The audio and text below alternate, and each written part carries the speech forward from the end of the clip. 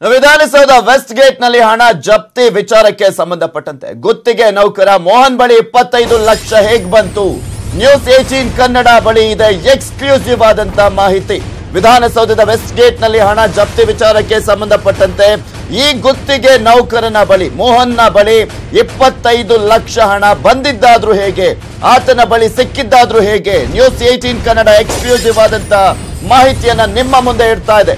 ಹಿಂದುಳಿದ ವರ್ಗ ಕಲ್ಯಾಣ ಇಲಾಖೆಯಲ್ಲಿ ಗೋಲ್ಮಾಲ್ ಆಗಿದೆಯಾ? ವರ್ಗಾವಣೆ ದಂಧೆ ಹ್ಯಾಂಡಲ್ ಮಾಡ್ತಿದ್ನ ಮೋಹನ್ ಅನ್ನುವ ಪ್ರಶ್ನೆ ಇದೆ. ಇಲ್ಲಿ ಹಿಂದುಳಿದ ವರ್ಗ ಕಲ್ಯಾಣ ಇಲಾಖೆ ವರ್ಗಾವಣೆ ದಂಧೆಯ ಅಂದ್ರೆ ರುಬಾರಿ ಏನಾದ್ರೂ ಈತ ಆಗಿದ್ನ? ಮತ್ತೊಬ್ಬ ಪ್ರಭಾವಿ ಸಚಿವರ ಆಪ್ತನ ಜೊತೆ ಸೇರಿ ಡೀಲ್ ಅನ್ನ ಮಾಡಲಾಗ್ತಾ ಇತ್ತ. ಜೊತೆಗೆ ಟೆಂಡರ್ ಕಾಮಗಾರಿಗಳಲ್ಲೂ ಕೂಡ ಫುಲ್ ಡೀಲ್ ಅನ್ನ ಮಾಡಲಾಗ್ತಾ ಇತ್ತ. ವರ್ಗಾವಣೆ ದಂಧೆ, ಟೆಂಡರ್ ಕಾಮಗಾರಿಯ ಡೀಲೇ ಈ ಹಣನ, ಇದೆಲ್ಲದರ ಬಗ್ಗೆ ಕೂಡ ಎಕ್ಸ್ಕ್ಲೂಸಿವ್ ಆದಂತ ಮಾಹಿತಿಯನ್ನ ನಿಮ್ಮ ಮುಂದೆ ಇಡ್ತಾ ಇದ್ದೀವಿ.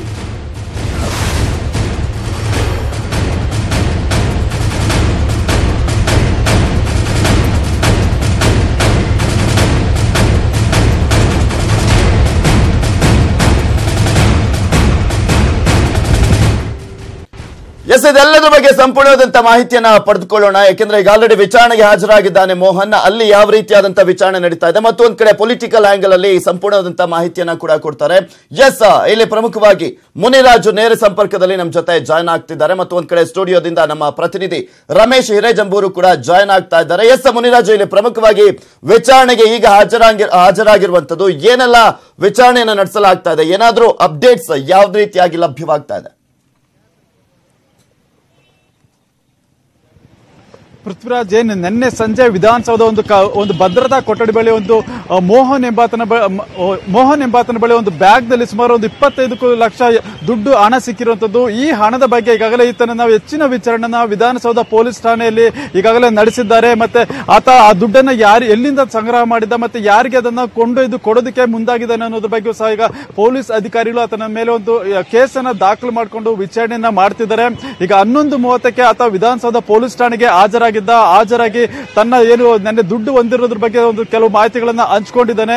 ಮತ್ತೆ ಇದೇ ವೇಳೆ ಹೆಚ್ಚಿನ ಒಂದು ಮಾಜರು ಮತ್ತೆ ಒಂದು ತನಿಖೆ ಮಾಡೋ ಸಲುವಾಗಿ ಈಗಷ್ಟೇ ಆತನನ್ನ ಮತ್ತೆ ವಿಧಾನಸೌಧದ ಒಂದು ಭದ್ರತಾ ಕೊಠಡಿ ಬಳಿಗೆ ಪೊಲೀಸರು ಕರ್ಕೊಂಡೋಗಿರುವಂತದ್ದು.